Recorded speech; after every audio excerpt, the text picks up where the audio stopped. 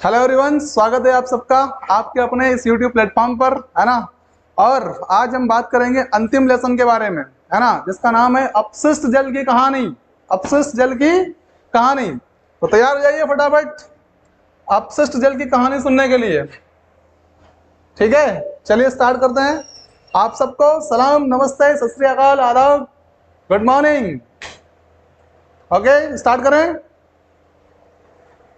चलिए, अपशिष्ट क्या है भाई? अपशिष्ट तो देखो भैया, किसी भी पदार्थ का प्राथमिक उपयोग करने के बाद जो शेष बचता है उसे अपशिष्ट कहते हैं। उदाहरण के लिए नगर पालिका, घरेलू कचरा।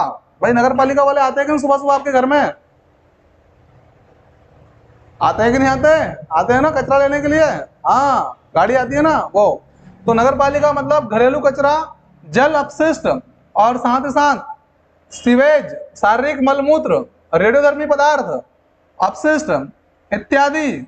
स्वच्छ जल मानव की मूलभूत आवश्यकता है। ठीक है ना भाई, ये उदाहरण दे दिया, यहाँ पे खत्म हो गई है ना ये, यहाँ तक रेडियोधर्मी, अपशिष्ट इत्यादि। ठीक है ना, ये यहाँ पे मामला खत्म है। ये सब उदाहरण है अपशिष्ट के, है ना भाई। वो तमाम चीजें जो एक बार यूज हो गई है ना, जो दूसरी बार उसी रूप में इस्तेमाल नहीं हो रही है, वो सब क्या हो गया? अपशिष्ट। जैसे उदाहरण के लिए आप पानी से नहा लिए, अब उसका इस्तेमाल करोगे क्या पीने में? वो क्या हो गया? अपशिष्ट हो गया। ठीक है ना, इस तरह। तो प्राथमिक यूज के बाद जो बचता है वो क्या है? वो अपशिष्ट है। ठीक है, रेडियोधर्मी पदार्थ या रेडियोधर्मी अपशिष्ट इत्यादि हो गया। स्वच्छ जल मानव की मूलभूत आवश्यकता है। भाई सीधी सी बात है, अच्छा जल, है ना, प्योर जल जो होता है, प्योर वाटर जो होता है, वो आपकी मूलभूत आवश्यकता है कि नहीं है? यस सर, जल है तो कल है ना। यस, जल है तो कल है। यदि जल उपलब्ध है तो आपका भविष्य सुरक्षित है।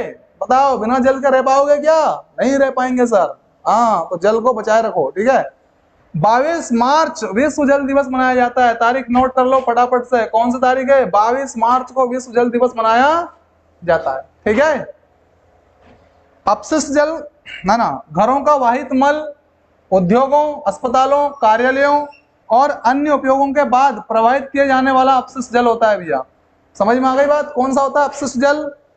घरों का वाहित मल, जो घर से बहता है वो, उद्योगों से जो बहता है, उद्योगों में जो इस्तेमाल होने के बाद में खराब हो जाता है जल, वो, अस्पतालों का खराब जल, है ना, और कार्यालयों और अन्य उपयोगों के बाद, कार्यालय में उपयोग कर लिया, अस्पताल में उपयोग कर लिया, उपयोगों के बाद जो प्रवाहित होता है, जिसको बाहर भेज दिया जाता है, छोड़ दिया जाता है नालियों में कहीं पे भी, उस प्रवाहित किए जाने वाले अपशिष्ट, उसको ही बोलते हैं हम लोग अपशिष्ट जल, है ना। वो होता है अपशिष्ट जल, जो इस्तेमाल कर लिया है वो हो गया कौन सा? अपशिष्ट जल। ठीक है, वाहित मल, कार्बनिक अशुद्धियां, मानव मल, तेल, मूत्र, फल और सब्जी का कचरा आदि अकार्बनिक। अच्छा, ये वाहित मल है भैया। क्या क्या? मानव मल जो है वो, और वाहित मल में सब आ रहा है। कार्बनिक अशुद्धियों की बात करें तो देखो, मानव मल, तेल, मूत्र, फल और सब्जी का कचरा, ये सब आते हैं किसमें? कार्बनिक अशुद्धियों में। ठीक है, और अकार्बनिक अशुद्धियों की बात करें तो नाइट्रेट और फास्फेट और धातुएं जो होती है वो आती है। पूछ लेता है आपसे कि अकार्बनिक अशुद्धियां कौन कौन है, तो बता देना है नाइट्रेट, नाइट्रेट है। ठीक है, फास्फेट और धातु है। ठीक है ना।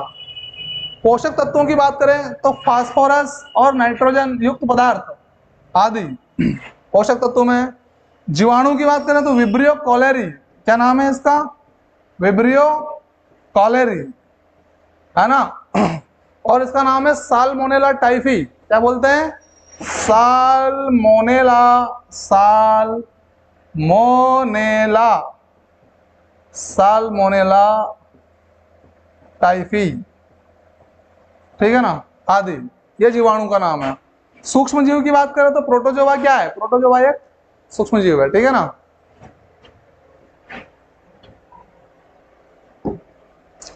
जल शोधन, जल का शोधन यानी कि जल को साफ करना। ठीक है ना। घरों की जल की आपूर्ति के लिए सीवर बिछाया जाता है। सीवर बिछाया जाता है। क्या बिछाया जाता है? सीवर बिछाया जाता है ना। इसके माध्यम से घर का गंदा जल निकासी और मल विसर्जन की व्यवस्था करता है। ये सीवर क्या करता है भैया? जो गंदा जल होता है वो उसको निकाल देता है, और जो मल होता है उसका भी विसर्जन कर देता है, ठीक है ना, इसकी व्यवस्था करता है। प्रदूषित जल का उपचार, जो प्रदूषित हो चुका है, पॉल्यूटेड वाटर जो है उसका उपचार, है ना। शलाका छनन जल,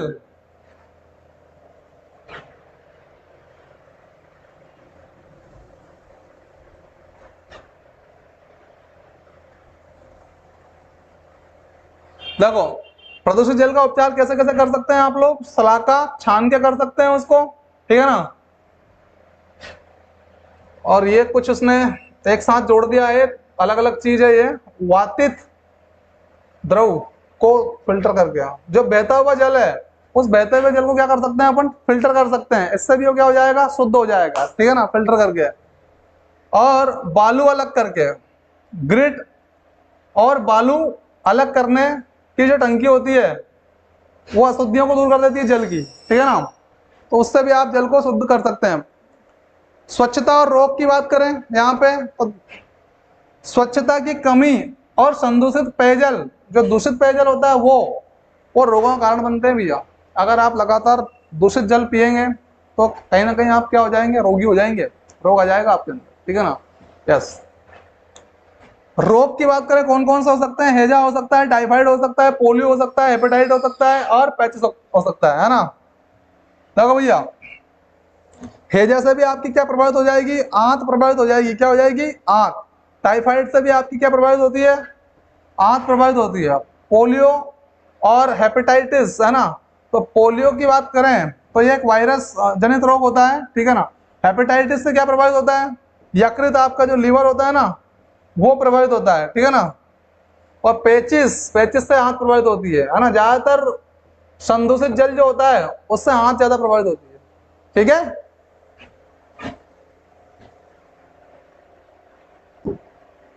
वाहित मल का निपटान कैसा होगा भैया, स्वच्छता की स्थिति के लिए कम लागत के लिए वाहित मल निपटान तंत्रों को बढ़ावा दिया जाता है।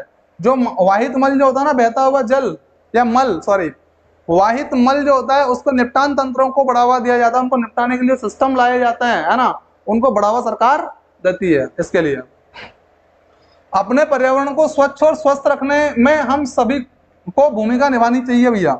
आपका जो एनवायरमेंट है, आपका जो पर्यावरण है, इसको स्वच्छ बनाए रखने के लिए, स्वस्थ बनाए रखने के लिए सभी को अपने अपने स्तर से अपनी महत्वपूर्ण भूमिका निभानी चाहिए, ना कि किसी और की तरह देखना चाहिए, तरफ देखना चाहिए कि भैया वो करेगा तो मैं करूंगा, मैं अकेला क्यों करूं। अरे अकेले से शुरुआत होती है, करके चलिए, आप तो शुरुआत कर दीजिए, ठीक है। यस, है ना। मानवीय और पथ प्रदर्शक कार्य प्रारंभ करने के लिए किसी को भी किसी दूसरे का मुंह नहीं देखना चाहिए। अरे मानव धर्म निभा रहे हैं आप, है ना, मानव को बेहतर बनाने के लिए आप काम कर रहे हैं, पेड़ पौधे लगा रहे हैं, है ना, जल का संवर्धन कर रहे हैं, तो ये मानवीय कार्य है कहीं ना कहीं, ठीक है ना। इसके लिए दूसरे का मुंह ताकने की जरूरत नहीं है, लग जाइए काम पे, ठीक है ना। हाँ, तो मानवीय और पथ प्रदर्शक कार्य प्रारंभ करने के लिए किसी को भी किसी दूसरे का मुंह नहीं देखना चाहिए कि वो करेगा जब मैं करूं, ठीक है, ऐसा है। ओके, अपशिष्ट जल किसे कहते हैं, अपशिष्ट जल किसे कहते हैं, अभी देखा हम लोगों ने, है ना। देखो, झाग से भरपूर तेल मिश्रित, झाग से भरपूर तेल मिश्रित, काले भूरे रंग का जल जो सिंक, शौचालय, लॉन्ड्री आदि से नालियों में जाता है वह अपशिष्ट जल कहलाता है। बहुत सिंपल तरीके से समझा दिया आपको, बात समझ में आ गई होगी, ठीक है ना। यस, ठीक है, आगे देखते हैं। वाहित मल से आप क्या समझते हैं, है ना। तो वाहित मल घरों, उद्योगों, अस्पतालों, कार्यालयों और अन्य उपयोगों के बाद प्रवाहित किए जाने वाला अपशिष्ट जल होता है, अथवा यह वर्षा का जल या सड़कों से बहकर आया वर्षा जल भी हो सकता है, वर्षा जल भी हो सकता है, सड़कों से बहता हुआ वर्षा जल भी हो सकता है, ये सब वाहित में आता है, ठीक है ना। वाहित मल से आप क्या समझते हैं, आगे देखिए बेटा। शहरों में मल विसर्जन किसके द्वारा होता है, मल का विसर्जन किसके द्वारा होता है शहरों में, गांव में नहीं, शहरों में सीवर के द्वारा। किसके द्वारा होता है, सीवर के द्वारा, है ना, नालियां बनी होती है ना।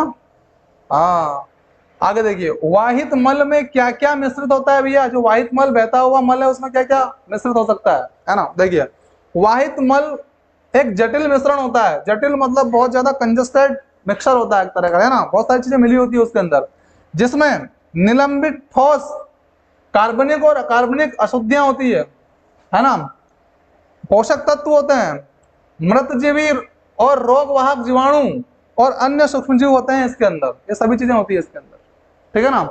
तो ये आपको क्लियर हो गया कि वाहित मल में क्या क्या मिश्रित होता है। तो ये सारी चीजें मिश्रित होती है, ठीक है बेटा। ओके, जल को रोगाणुओं से मुक्त करने के लिए क्या क्या किया जाता है? रोगाणुओं से मुक्त करने के लिए उसे क्लोरीन अथवा ओजोन जैसे रसायनों से रोगाणु मुक्त किया जाता है। कौन सी गोली डालते हैं? क्लोरीन की गोली डालते हैं, ठीक है ना। और ओजोन जैसे रसायनों से रोगाणुओं से बचाया जा सकता है जल को, ठीक है। जल जनित रोग क्या है और इनके नाम लिखो। जो जल के द्वारा रोग उत्पन्न होते हैं कौन से है, इनका नाम लिखना है ना। तो भैया देखो, वे सभी रोग जो जल के संदूषण, ये जल लिखा रहा है,